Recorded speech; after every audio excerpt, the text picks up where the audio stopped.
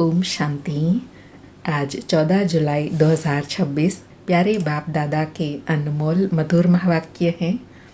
आज की मुरली के सार में एवर प्योर हसीन मुसाफिर बाबा ने गीत की स्मृति दिलाते कहा कि गाते हैं रात की राहें थक मत जाना, सुबह की मंजिल दूर नहीं। तो बाबा कहे जो योग युक्त सर्विसेबल बच्चे हैं वह इसका अर्थ समझते हैं। अब बाप सन्मुख आकर कहते हैं, मीठे मीठे बच्चे, याद की यात्रा में थकना नहीं है। जैसे जिस्मानी यात्रा होती है, आगे पैदल जाते थे, उसमें बड़ी मेहनत होती है। बाबा कहे इसको कहा जाता है सहज याद व योग। सिर्फ बाप को याद करना है। और अंडरलाइन कराते कहा इसमें थकने का मतलब है देह अभिमानी बनना। इसलिए बाप कहते हैं बच्चे, शरीर निर्वाह के लिए काम तो करना है, उसके लिए छुट्टी है। 8 घंटा शरीर निर्वाह, 8 घंटा आराम, बाकी 8 घंटा इस सर्विस में देना है। बाबा कहे अंत तक 8 घंटे का चार्ट बढ़ाना है। फिर और अंडरलाइन कराते कहा कि तुम्हारा कल्याण है ही याद की यात्रा में। और विशेष अंत मते 100 गति पाने के लिए श्रेष्ठ अवस्था बनाने के लिए कहा कि बच्चों की ऐसी अवस्था होनी चाहिए, एक बाबा की याद, बस इस दुनिया का सब कुछ भूल जाए, एक बाबा दूसरा ना कोई। जो याद की यात्रा में ऐसे पक्के मस्तानी रहेंगे, उनकी अवस्था अंत में बहुत मजबूत होंगी। बाबा कहे यहाँ तो तुम शिव बाबा की याद में रहे शरीर छोड़ेंगे तो अंत मते स्वगति हो जाएंगी। पिछाड़ी में बस एक बाप की याद रहे, ऐसी अवस्था में रहे। पिछाड़ी में खुशी खुशी शरीर छोड़ना है, हर्षित मुख रहना है, बस अब हमको वापस जाना है। ऐसी अवस्था होंगी तब विजय माला में पिरोए जाएंगे। और साथ में अंडरलाइन कराया कि जितनी श्रेष्ठ अवस्था होती जाएंगी तो तुम्हारे में शांति की करंट आती जाएंगी। यह तुम्हारी रियल शांति है। आत्मा शरीर से डिटैच हो जाती है तो शांति का अनुभव करती और कराती है। और साथ में श्रीमत के लिए कहा कि अब बाबा कहते हैं हियर नो इविल, धंधा आदि भल करो परंतु हियर नो इविल। बाबा से हर बात में श्रीमत लो। बाबा इस हालत में हम क्या करें, बाबा सब बता देंगे। कोई भी बात पूछनी हो तो तुम बाबा से पूछो, तुम डरते क्यों हो। कदम कदम पर बाबा से पूछना चाहिए, श्रीमत लेना चाहिए। श्रीमत पर चलने में कदम कदम में पदम है। सुनते हैं प्यारे बाप दादा के अनमोल मधुर महावाक्य। आज बाबा कहे मीठे बच्चे, याद की यात्रा में कभी थकना नहीं। देह अभिमान के तूफान थकाते हैं, देही अभिमानी बनो तो थक दूर हो जाएंगी। मीठे बच्चे, याद की यात्रा में कभी थकना नहीं। देह अभिमान के तूफान थकाते हैं, देही अभिमानी बनो तो थक दूर हो जाएंगी। आज मुरली से प्रश्न है, कौन सा संस्कार 21 जन्मों के लिए तकदीर बिगाड़ने वाला है। उत्तर में बाबा कहे अगर किसी में रूठने का संस्कार है, बाप से व पढ़ाई से रूठ जाते हैं तो 21 जन्मों की तकदीर बिगड़ जाती है। इसलिए बाबा कहते हैं मीठे बच्चे, देह अभिमान के वश कभी भी यह उल्टा नशा नहीं चढ़ना चाहिए कि मैंने इतनों को समझाया, इतनी मदद की, देखो बाबा कितनी बड़ी अथॉरिटी है, फिर भी कितना निरहंकारी है। इसलिए सी फादर।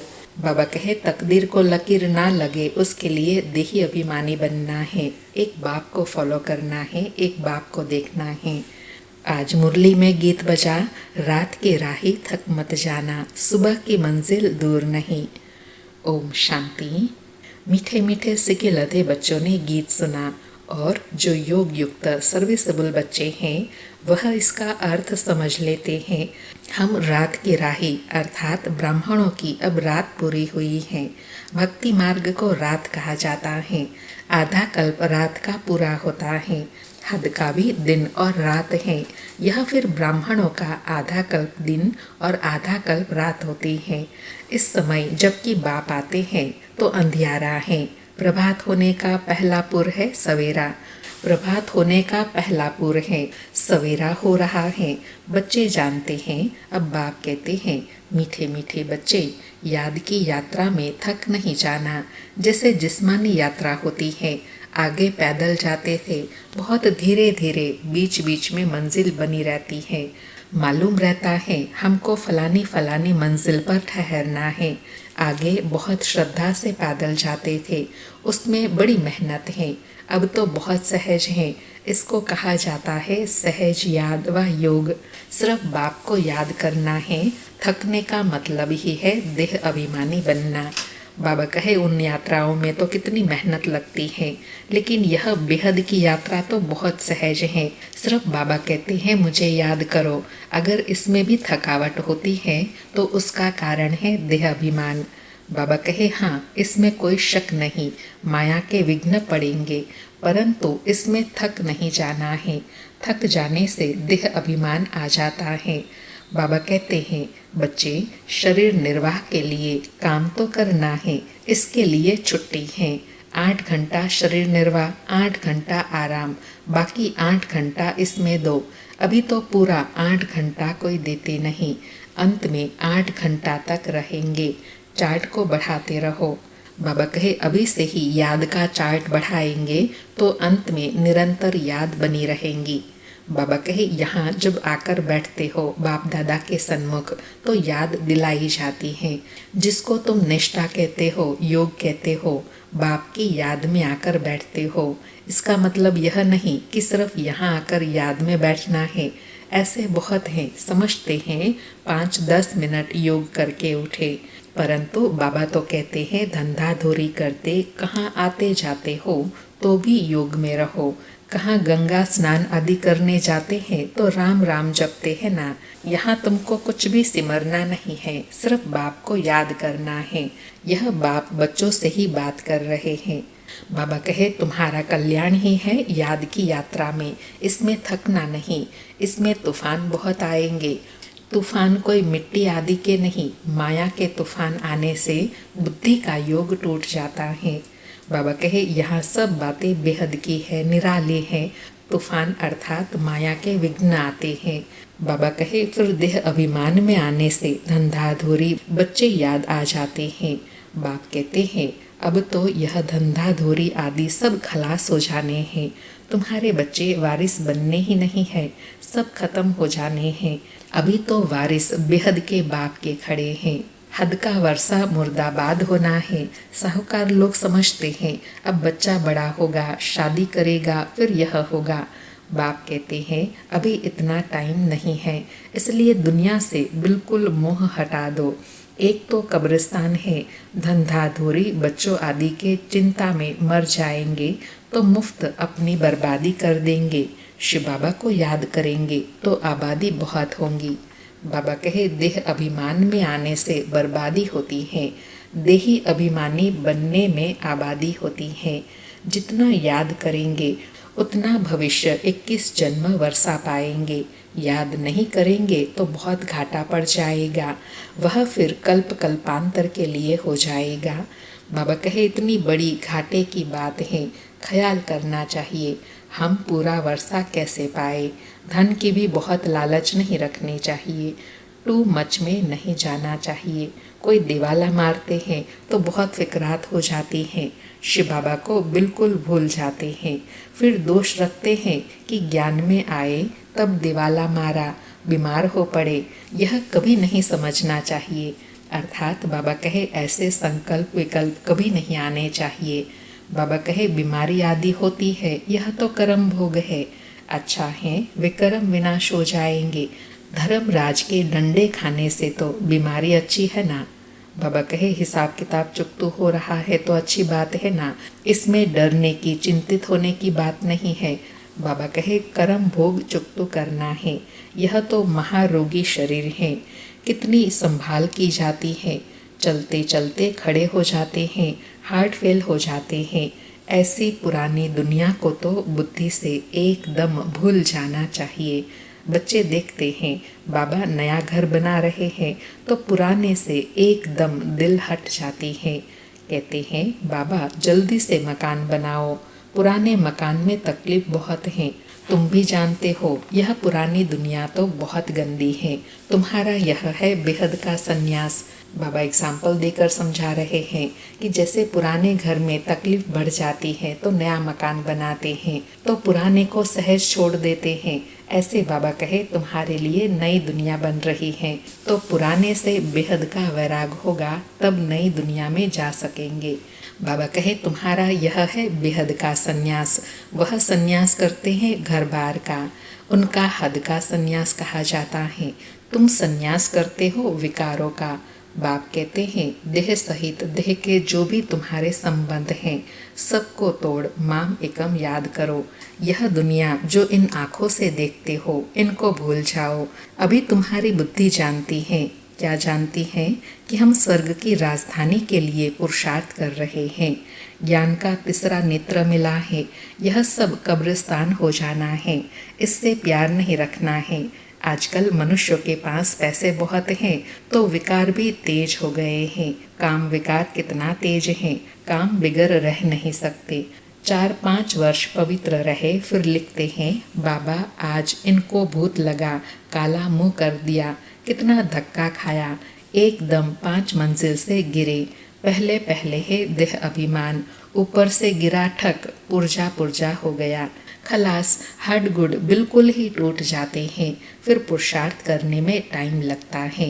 यह है सबसे बड़ी चोट। इसलिए बाबा कहते हैं काम महाशत्रु है।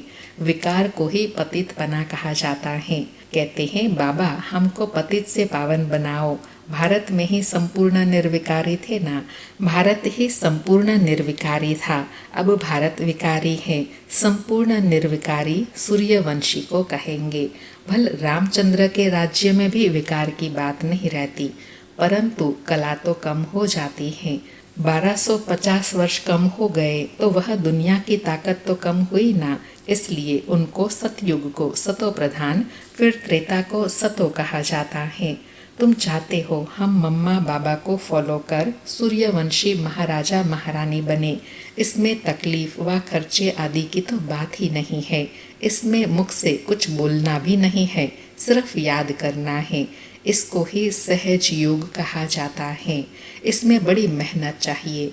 बाबा कहे यह वर्षा, यह राजाई पाना है सहज, इसमें कोई मेहनत नहीं है, लेकिन इसमें पुरुषार्थ चाहिए।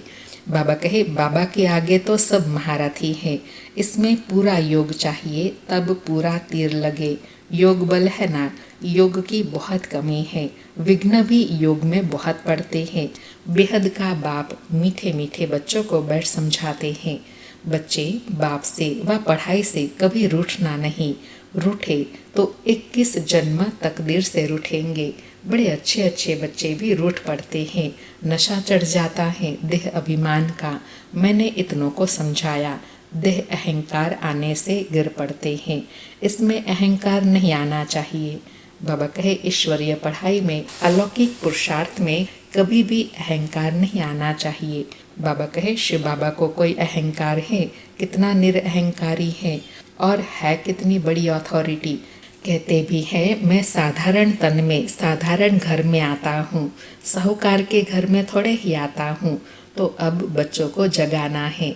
बाबा युक्तियाँ तो बड़ी अच्छी बतलाते रहते हैं, तुम बच्चों की ही देरी है।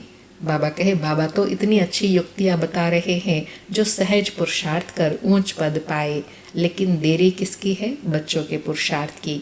बाबा कहे ड्रामा अनुसार अर्जुन अवस्थाएं जोर नहीं भरी हैं, आगे चल जोर भरेंगी। हम गवर्नमेंट को इतला करते हैं, अर्थात समझाते हैं, बताते हैं कि इतने इतने वर्षों में स्वर्ग की स्थापना हो जाएंगी। यह अखबार आदि में मनुष्य पढ़ेंगे तो आकर तुमसे पूछेंगे, थोड़े वर्ष के अंदर स्थापना होंगी तो विनाश भी जरूर होगा, ढेर आएंगे। यह प्रॉपर्टी आदि थोड़े समय के लिए है। इस प्रॉपर्टी को तुम कोई प्रॉपर्टी थोड़े ही समझते हो। तुम जानते हो यह तो थोड़े रोज के लिए हैं। यह मकान आदि रहने के लिए बनाए हैं, क्योंकि मधुबन में बहुत बच्चे आते हैं रिफ्रेश होने के लिए। हेड ऑफिस मधुबन है। आज तुम क्या करते हो, कल क्या करेंगे? बाबा कहे यहाँ तपस्या कर रहे हो, फिर दिल्ली वृंदावन आदि में जाकर राज्य करेंगे। हमारा यादगार कैसे खड़ा है, यह अच्छी रीति दिखाना है। जो काम हम अभी कर रहे हैं 5000 वर्ष पहले भी किया था। पहले पहले शिव बाबा के मंदिर बनाते हैं, बाकी दिलवाड़ा मंदिर आदि तो बाद में बने हैं। बुद्धि से काम लेना होता है। दिलवाड़ा मंदिर का भी हिसाब निकाला जाए तो निकल सकता है। पूरा हमारा यादगार है। तुम जानते हो यह स्थापना का यादगार है। तुम मीठे मीठे बच्चों को बहुत खुशी होनी चाहिए। किस बात की? बाबा कहे अपने यादगार की स्मृति में रहे तुम बच्चों को बहुत खुशी होनी चाहिए। बाबा कहे यह सब सर्विस बढ़ाने की युक्तियाँ निकलनी है। राम गयो रावण गयो जाके बहु परिवार, जिनका बहुत परिवार है। रावण का देखो कितना बड़ा परिवार है, राम का कितना छोटा परिवार है। गायन राइट है। बाबा कहे परंतु कोई समझ नहीं सकते। बाप बैठ समझाते हैं तो भी निश्चय नहीं बैठता है। शरीर निर्वाह अर्थ भी कर्म तुमको जरूर करना है। हाँ, जो सर्विसेबल बच्चे हैं पांडव, वह तो गवर्नमेंट से पालना ले सकते हैं। उनकी सारी संभाल हमको करनी पड़े। अवस्था बच्चों की ऐसी होनी चाहिए। बाबा की याद में इस दुनिया का सब कुछ भूलना है। याद की यात्रा में जो पक्का मस्त रहेगा उनकी अवस्था भी बहुत मजबूत होंगी।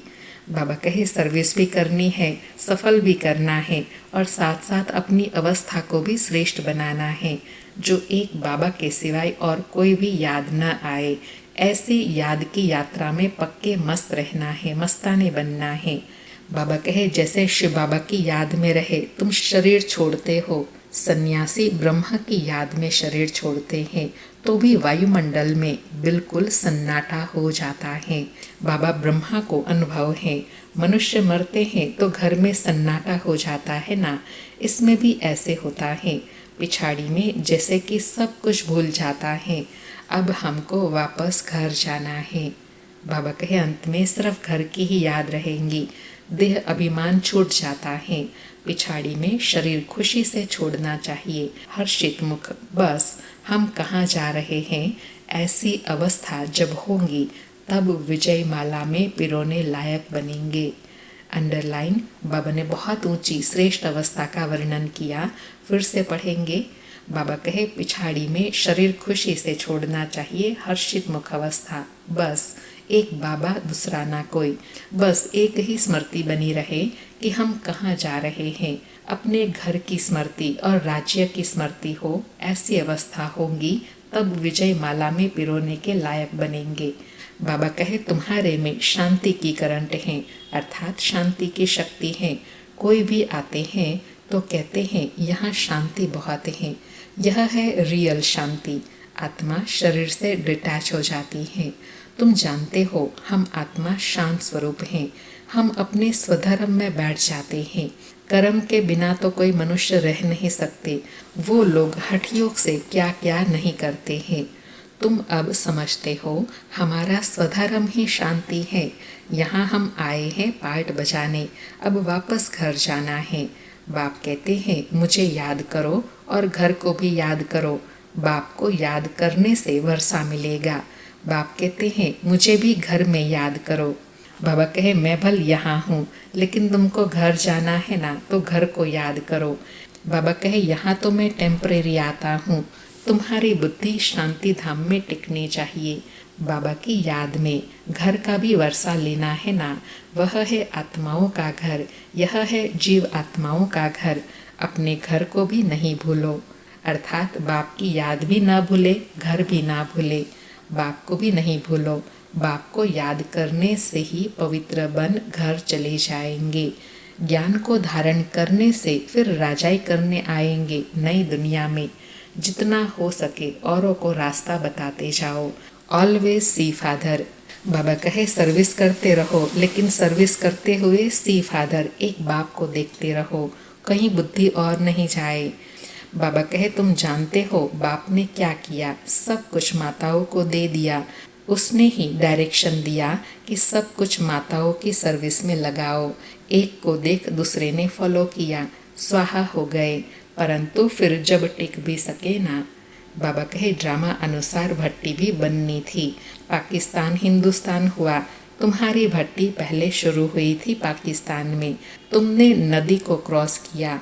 शास्त्रों में तो क्या क्या बातें लिख दी हैं, प्रैक्टिकल में तो तुम सुनते हो ना। बाबा कहे नदी पार करके तुम आए हो बाबा के पास, यह प्रैक्टिकल बात अभी तुम्हारी है। बाबा कहे फिर कल्प बाद तुम ही सुनेंगे। अब बाप कहते हैं हियर नो इविल, धंधा आदि भल करो परंतु हियर नो इविल, अर्थात कोई भी व्यर्थ बातें नहीं सुनो। बाप कहते हैं हर बात में श्रीमत लो। बाबा इस हालत में हम क्या करें, तो बाबा सब बता देंगे। कोई भी बात पूछनी हो तो बाबा के पास आओ, तुम डरते क्यों हो। बाबा कहे कोई भी बात में डरते क्यों हो, बाबा से स्पष्ट करो। कदम कदम पर पूछना है, श्रीमत पर चलने से कदम कदम में पदम है। अंडरलाइन। बाबा कहे जितना श्रीमत पर चलेंगे उतने हर कदम में पद्मों की कमाई जमा होंगी। बाबा कहे तुम्हारा सेकंड बाय सेकंड जो पास होता है उसमें पदम है, तो कितनी कमाई हो रही है। बाबा कहे कदम कदम में पदम है तो कितनी कमाई हो रही है। इसी स्मृति में सदा खुश रहना है। अच्छा, मीठे मीठे सिकिलधे बच्चों प्रति माता पिता बाप दादा का याद प्यार और गुड मॉर्निंग। रूहानी बाप की रूहानी बच्चों को नमस्ते। हम रूहानी बच्चों की रूहानी माता पिता बाप दादा को याद प्यार गुड मॉर्निंग और नमस्ते नमस्ते। आज सारी मुरली से धारणा के लिए सार है। पहला पॉइंट, विजय माला में पिरोने के लिए इस शरीर से डिटैच होने का पुरुषार्थ करना है। देह अभिमान को छोड़ते जाना है। इस दुनिया को बुद्धि से भूलना है। दूसरा पॉइंट, टू मच धन की लालच में नहीं जाना है। बाबा की याद के सिवाय दूसरा कोई चिंतन न रहे। कभी भी बाप से व पढ़ाई से रूठना नहीं है। आज प्यारे सतगुरु का वरदान है, मालिक की स्मृति द्वारा हाईएस्ट अथॉरिटी का अनुभव करने वाले कंबाइंड स्वरूपधारी भव। मालिकपन की स्मृति द्वारा हाईएस्ट अथॉरिटी का अनुभव करने वाले कंबाइंड स्वरूपधारी भव। स्पष्टीकरण है, पहले अपने शरीर और आत्मा के कंबाइंड रूप को स्मृति में रखो। शरीर रचना है, आत्मा रचता है। इससे मालिकपन स्वतः स्मृति में रहेगा। मालिकपन की स्मृति से स्वयं को हाईएस्ट अथॉरिटी अनुभव करेंगे। शरीर को चलाने वाले होंगे। दूसरा, बाप और बच्चा शिव शक्ति के कंबाइंड रूप की स्मृति से माया के विघ्नों की अथॉरिटी से पार कर लेंगे। दूसरा, बाप और बच्चा शिव शक्ति के कंबाइंड स्वरूप की स्मृति से माया के विघ्नों की अथॉरिटी को पार कर लेंगे। बाबा ने दो कंबाइंड स्वरूप की स्मृति दिलाई। एक तो बाबा कहे आत्मा और शरीर कंबाइंड है। इसमें जब स्मृति रहेंगी कि मैं आत्मा रचयिता हूँ और शरीर मेरी रचना है, अर्थात मैं मालिक हूँ। इस मालिकपन की स्मृति से हाईएस्ट अथॉरिटी का अनुभव होगा। और दूसरा, बाप और बच्चा अर्थात शिव और शक्ति कंबाइंड है। इस स्मृति से विघ्नों की अथॉरिटी को समाप्त कर सकेंगे। आज का स्लोगन है, विस्तार को सेकंड में समाकर ज्ञान के सार का अनुभव करो और कराओ। आज के अव्यक्त इशारे हैं, ज्वाला स्वरूप स्थिति में रहे शक्तिशाली याद का अनुभव करो। आज अनुभव करने के लिए कहा कि पाप कटेश्वर व पाप हरनी तब बन सकते हो जब याद ज्वाला स्वरूप होंगी। इसी याद द्वारा अनेक आत्माओं की निर्बलता दूर होंगी। इसके लिए हर सेकंड, हर श्वास बाप और आप कंबाइंड होकर रहो। कोई भी समय साधारण याद न रहे। स्नेह और शक्ति दोनों रूप कंबाइंड हो। वरदान में भी बाबा ने कंबाइंड स्वरूप रहने के लिए कहा और अव्यक्त इशारे में भी बाबा ने कंबाइंड स्वरूप का अनुभव करने के लिए कहा। स्नेह और शक्ति दोनों कंबाइंड होंगी, तब ज्वाला स्वरूप स्थिति का अनुभव होगा। अच्छा, ओम शांति। शुक्रिया बाबा, शुक्रिया।